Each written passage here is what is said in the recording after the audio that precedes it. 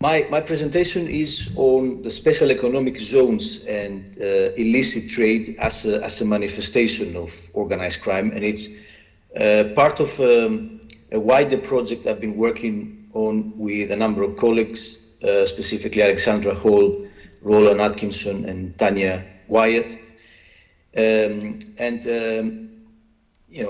We think there are some interesting points to be discussed in relation to special economic zones.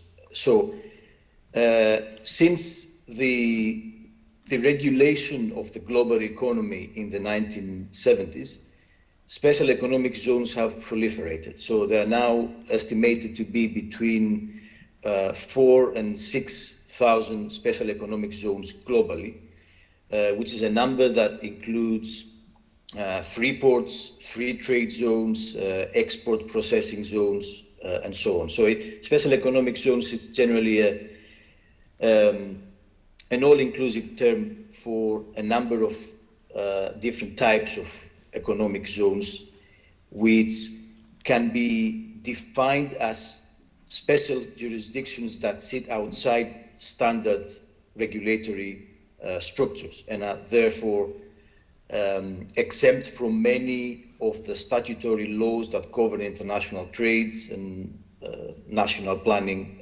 regulations.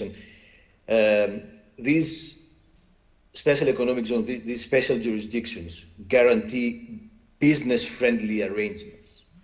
And what do we mean by that? By that we mean reduced or removed tariffs and duties, relaxed customs controls, working conditions with no minimum wage or no set number of working hours, expediting planning permissions to build anything you like within these areas, as well as lower taxes on imports and exports.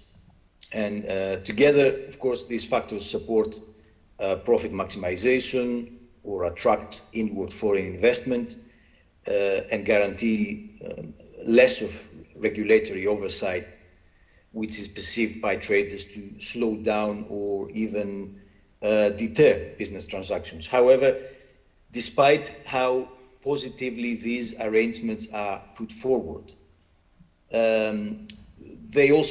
these areas generate important questions relating to a range of criminological concerns that can be connected to special economic zones. And this is more or less the framework of my presentation.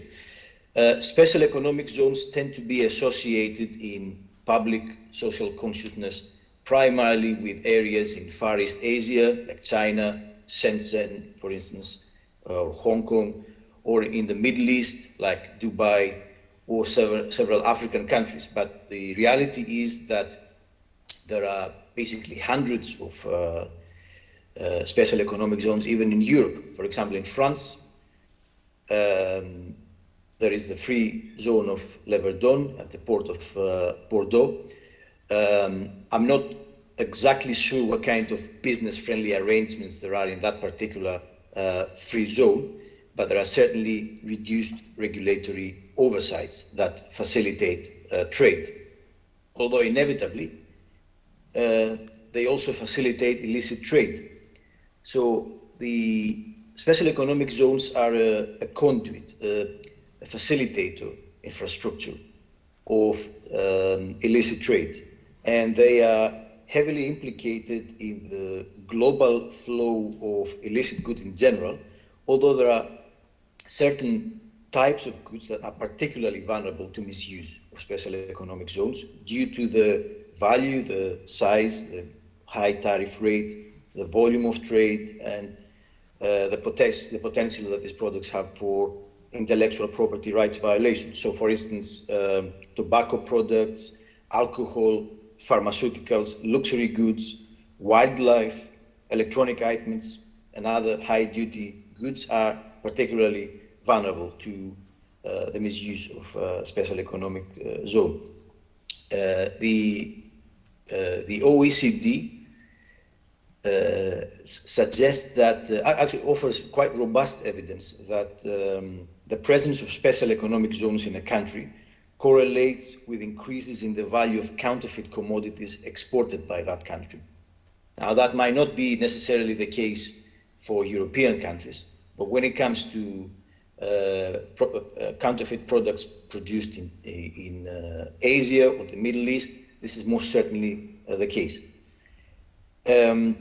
Special economic zones essentially operate initially as sites of production of illicit commodities or of licit commodities that are traded illegally. So in the tobacco market, for example, some manufacturers of what's being called as illicit whites are small size, small scale or mid-scale operation based in special economic zones in countries with no domestic or otherwise legitimate markets. So it's inevitable that these markets are going to be illegally traded in other countries.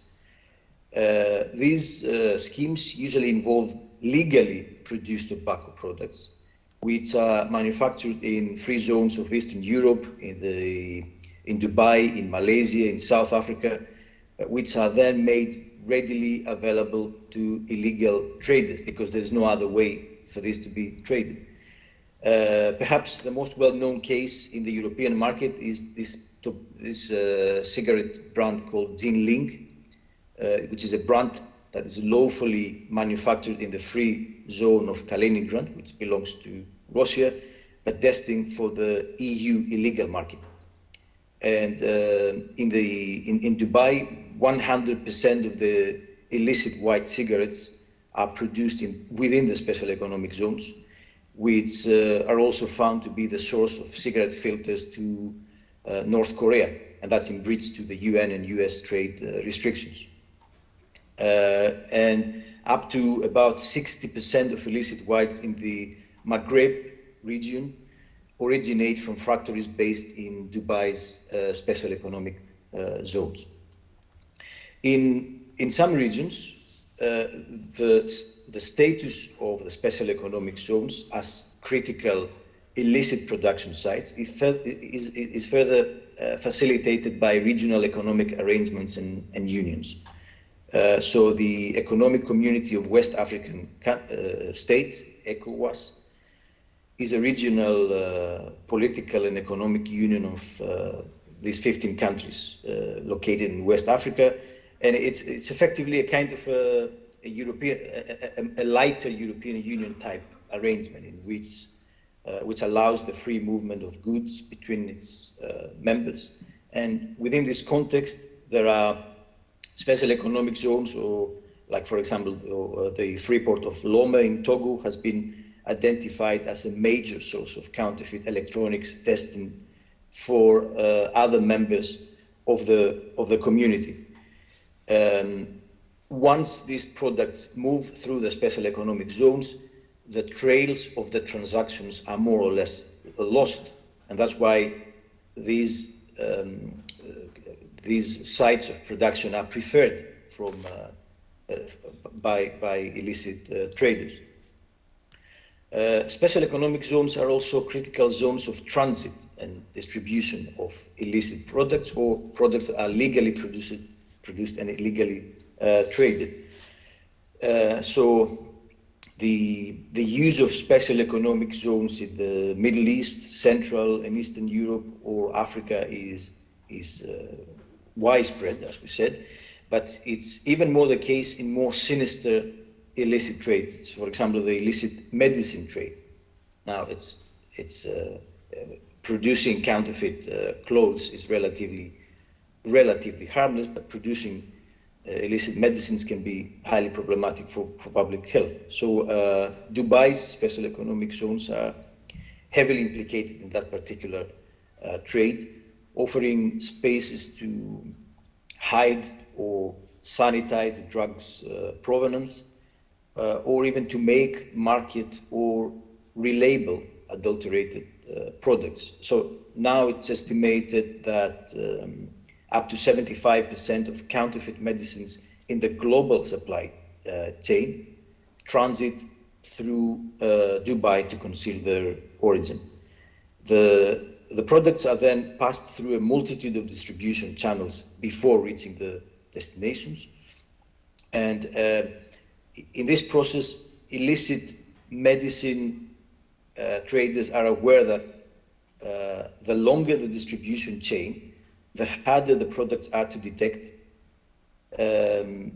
So, as I said, they tend to prefer one special economic zone, at least, or many, in order for this trail of the supply chain to be lost for the authorities, and it's basically undetectable. A similar process takes place with other counterfeit products. Counterfeiters import unfinished goods into a special economic zone, and there they add counterfeit trademarks and export the finished products to other countries. So it's a very interesting resource for illicit traders. And of course, I should mention that when it comes to special economic zones as transit and distribution zones, there are there are fraudulent criminal activities that may be facilitated, such as, for example, the so-called VAT, value-added tax carousel fraud, also known as the missing trader fraud, which is results in the fraudulent extraction of revenue from EU member state treasury. Finally, special economic zones are critical points for laundering of proceeds of crime. The facilitative policies in special economic zones provide not only a friendly environment for businesses, but also low risk for money laundering. Initially, they provide opportunities for the laundering of gains from a wide range of illicit markets and organized criminal activities. In the case of money laundering within special economic zones, around 20 predicate offenses have been identified by the Financial Action Task Force. And these include racketeering, drug smuggling, arms trafficking, kidnapping, human trafficking, and so on. Ciudad del Este, which is a Paraguayan city located in the tri-border area where Brazil, Paraguay, and Argentina meet, hosts 2 special economic zones, not 1 but 2, and this has been considered as the largest illicit economy in the Western Hemisphere, and with links not only to organized criminal activities such as drug trafficking, arms trafficking, human trafficking, and so on, but also with alleged links to terrorist groups. So I think that there are a lot of issues that we can discuss in relation to special economic zones, and it's commonly understood that transnational illicit trade is driven by and capitalizes upon what Nikos Passas calls criminogenic asymmetries. And by criminogenic asymmetries, Passas means structural discrepancies, imbalances, mismatches in the economy, in law, in culture, in politics that generate incentives and rationalizations for people as well as companies to engage in illegal practices and reduce the authorities' ability to control that illegality. Such criminogenic asymmetries in regulation and law enforcement are embedded in the international trade system, and they are exemplified in a way by the special economic zones, which are effectively blind spots built into the legal trade systems and enable entrepreneurs to do legally in some jurisdictions what is illegal or prohibited or heavily regulated in other areas. special economic zones are the archetypal blind spots that offer financial and competitive advantages that encourage the so-called creatively destructive entrepreneurs to innovate, search for, and create new business opportunities, subvert regulations, and by injecting some economic dynamism, rejuvenate capitalism.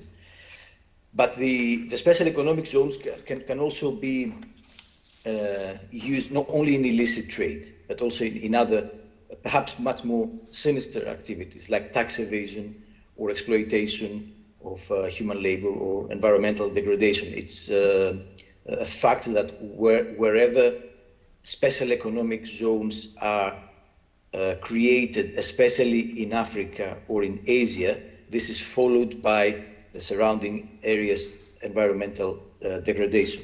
So special economic zones can stimulate us to there is much for criminology to learn from special economic zones. These shifts in the economy that are exemplified by special economic zones are pushing the current mutation in capitalist development beyond neoliberalism. So, as criminologists, we now need to pay a lot more emphasis on harm, not so much illegality, because, as I said earlier, special economic zones are built into the legal system of international trades. So special economic zones are purely legal infrastructures, which are nevertheless facilitate illicit trade. So it's important for us to consider the notion of harm when we investigate organized crime in general. But also it's a key for criminologists and social sciences altogether to keep pace with the political and spatial complexity of governance arrangements, the so-called extra state networks, to understand the vast networks of people who are not marginal to the world's economies and politics, yet they cross divides between legal, extra-legal, quasi-legal, and illegal activities. And special economic zones are a very promising terrain for this kind of investigation. Thank you very much.